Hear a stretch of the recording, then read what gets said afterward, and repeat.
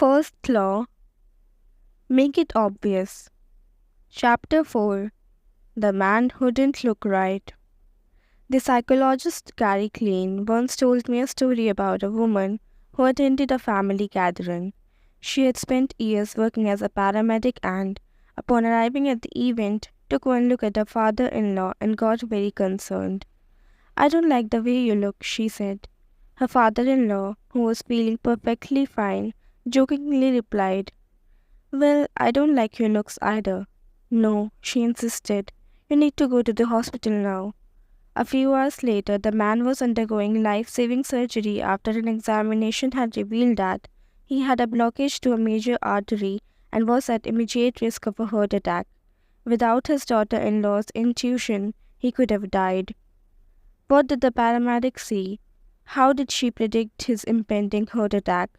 When major arteries are obstructed, the body focuses on sending blood to critical organs and away from peripheral locations near the surface of the skin. The result is a change in the pattern of distribution of blood in the face. After many years of working with people with heart failure, the woman had unknowingly developed the ability to recognize this pattern on sight. She couldn't explain what it was that she noticed in her father-in-law's face, but she knew something was wrong. Similar stories exist in other fields. For example, military analysts can identify which blip on a radar screen is an enemy missile and which one is a plane from their own fleet, even though they are traveling at the same speed, flying at the same altitude, and look identical on radar in nearly every respect. During the Gulf War, Lieutenant Commander Michael Riley saved an entire battleship when he ordered a missile shot down, despite the fact that it looked exactly like the battleship's own plane on radar. He made the right call, but even his superior officers couldn't explain how he did it. Museum curators have been known to discern the difference between an authentic piece of art and an expertly produced counterfeit, even though they can't tell you precisely which details tipped them off. Experienced radiologists can look at a brain scan and predict the area where a stroke will develop before any obvious signs are visible to the untrained eye. I've even heard of hairdressers noticing whether a client is pregnant based only on the feel of her hair. The human brain is a prediction machine. It is continuously taking in your surroundings and analyzing the information it comes across. Whenever you experience something repeatedly, like a paramedic seeing the face of a heart attack patient, or a military analyst seeing a missile on a radar screen, your brain begins noticing what is important, sorting through the details and highlighting the relevant cues, and cataloging that information for future use. With enough practice, you can pick up on the cues that predict certain outcomes without consciously thinking about it. Automatically, your brain encodes the lessons learned through experience. We can't always explain what it is we are learning, but learning is happening all along the way, and your ability to notice the relevant cues in a given situation is the foundation for every habit you have. We underestimate how much our brains and bodies can do without thinking. You do not tell your hair to grow, your heart to pump, your lungs to breathe, or your stomach to digest, and yet your body handles all this and more on autopilot. You are much more than your conscious self. Consider hunger. How do you know when you're hungry? You don't necessarily have to see a cookie on the counter to realize that it is time to eat. Appetite and hunger are governed non-consciously.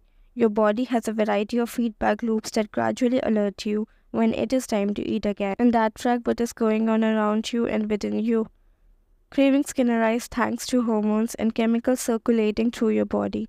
Suddenly you are hungry even though you are not quite sure what tipped you off. This is one of the most surprising insights about our habits. You don't need to be aware of the cue for a habit to begin. You can notice an opportunity and take action without dedicating conscious attention to it. This is what makes habits useful. It is also what makes them dangerous. As habits form, your actions come under the direction of your automatic and non-conscious mind. You fall into odd patterns before you realize what's happening.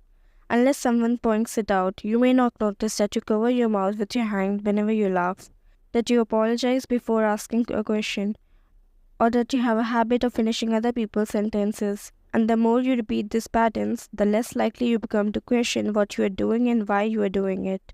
I once heard of a retail clerk who was instructed to cut up empty gift cards after customers had used up the balance on the card. One day, the clerk cashed out a few customers in a row who purchased with gift cards. When the next person walked up, the clerk swiped the customer's actual credit card, picked up the scissors, and then cut it in half, entirely on autopilot, before looking up at the stunned customer and realizing what had just happened. Another woman I came across in my research was a former preschool teacher who had switched to a corporate job. Even though she was now working with adults, her old habits would kick in and she kept asking coworkers if they had washed their hands after going to the bathroom. I also found the story of a man who had spent years working as a lifeguard and would occasionally yell walk whenever he saw a child running. Over time, the cues that spark our habits become so common that they are essentially invisible. The treats on the kitchen counter, the remote control next to the couch, the phone in our pocket. Our responses to these cues are so deeply encoded that it may feel like the urge to act comes from nowhere. For this reason, we must begin the process of behavior change with awareness. Before we can effectively build new habits, we need to get a handle on our current ones. This can be more challenging than it sounds because once a habit is firmly rooted in your life, it is mostly non-conscious and automatic.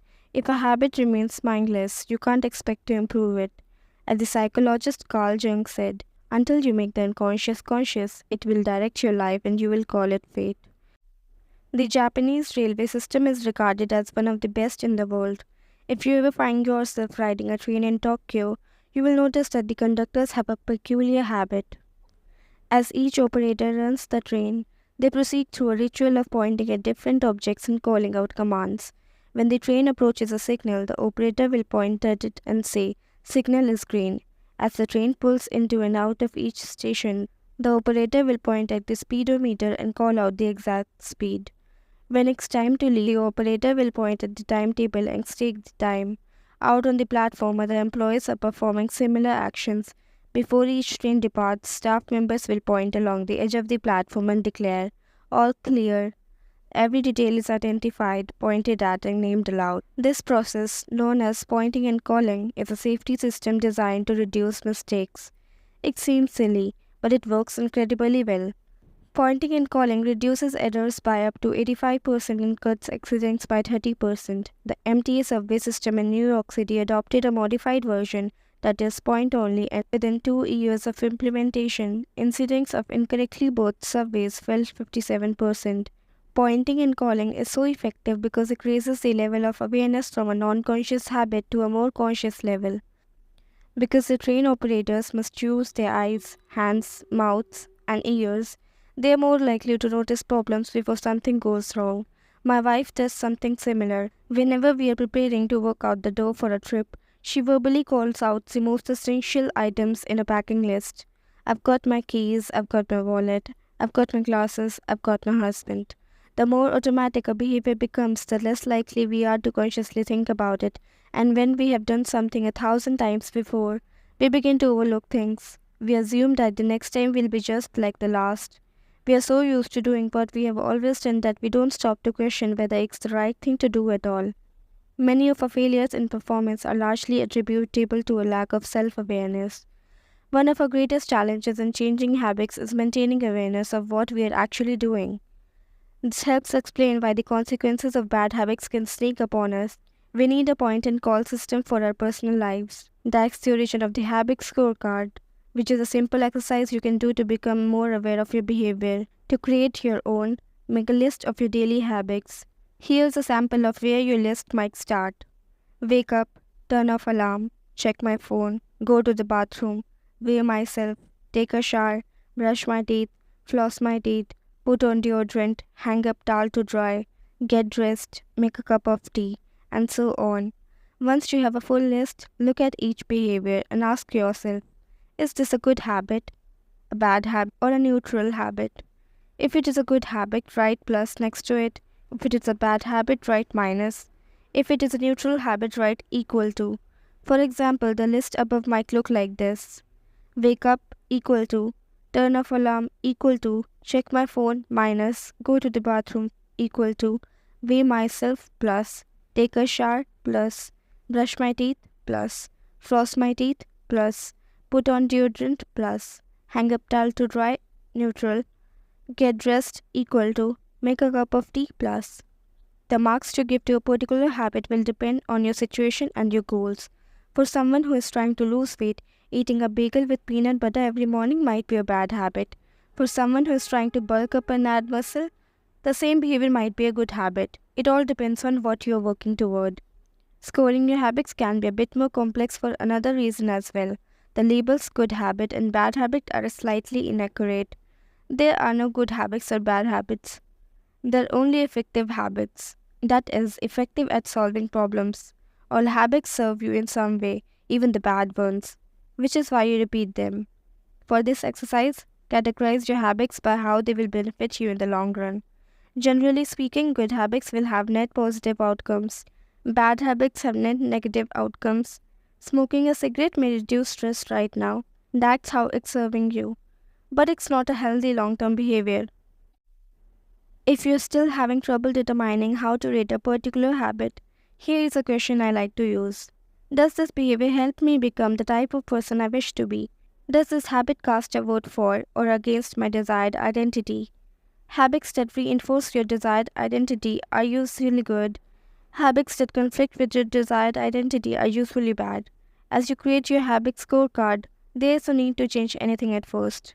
The goal is to simply notice what is actually going on.